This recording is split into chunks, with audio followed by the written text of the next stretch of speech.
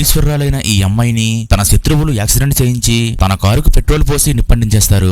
అప్పుడు ఈ అమ్మాయి చావు బ్రతుకుల మధ్య ఉంటుంది. ఇదే సమయంలో స్వర్గలోకంలో నుండి దేవుడు భూమి మీదకి వస్తాడు.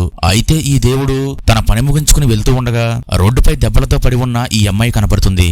అప్పుడు దేవుడు ఈ అమ్మాయిని చూసి జాలిపడి తన శక్తులతో ఈమెను బయటికి తీసి ఒక్కసారిగా గాల్లోకి లేపుతాడు. అలాగే ఇతడు తన వేలితో తాకగానే ఈ అమ్మాయి శరీరంపై ఉన్న గాయాలన్నీ మాయమైపోతాయి. అప్పుడు ఈమెకు అంత ఆశ్చర్యంగా అనిపిస్తుంది. దీంతో ఈ అమ్మాయి నువ్వు ఎవరు అని ఈ కుర్రాన్ని అడుగుతుంది. అప్పుడు దేవుడు అయిన ఈ కుర్రాడు నేను స్వర్గలోకంలో ఉండే దేవుడని, నిన్ను బ్రతికించినందుకు 10 సంవత్సరాల వరకు నీకు జరిగే మంచంతా నేను తీసేసుకుంటానని చెప్తాడు.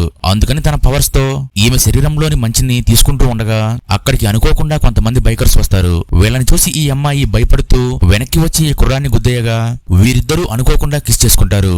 అప్పుడు ఈ కుర్రాడి ఛాతిపై ఉన్న స్టార్ గుర్తు మాయమైపోయి ఈ అమ్మాయి ఛాతి మీదకి వస్తుంది. ఆ తరువాత మళ్ళీ ఈ కుర్రాడు తన పవర్స్ ఉపయోగించాలని చూడగా అవి పనిచేయవు. అలాగే ఇతడు తన ఛాతిపై ఉన్న స్టార్ గుర్తు చూసుకోగా అది మాయమైపోయి ఉంటుంది.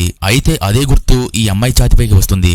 కానీ ఈమె ముట్టుకోవద్దని ఇతన్ని దూరంగా తోసేస్తుంది. అప్పుడు ఇతడికి కోపం వచ్చి ఈ అమ్మాయి మెడ పట్టుకోగా ఈమెకు హాని జరిగితే ఇతడికి కూడా ఆ నొప్పి వస్తూ ఉంటుంది. అయితే ఈ అమ్మాయిని కిస్ చేసుకోవడం వల్ల తన పవర్స్ పోయాయని, మళ్లీ కిస్ చేసుకుంటే అవి తిరిగి వస్తాయనుకుని ఈ అమ్మాయిని దగ్గరికి లాగి మళ్లీ కిస్ చేసుకుంటాడు. కానీ ఈ అమ్మాయి ఇతన్ని తోసేసి కోపంతో ఈ కుర్రాన్ని కొడుతుంది. అయితే శక్తులు కోల్పోవడం వల్ల ఇతడికి మొదటిసారిగా దెబ్బ తగులుతుంది. తర్వాత ఏమైందో తెలియాలంటే వీడియో లైక్ చేసి నెక్స్ట్ పార్ట్ కామెంట్ చేయండి.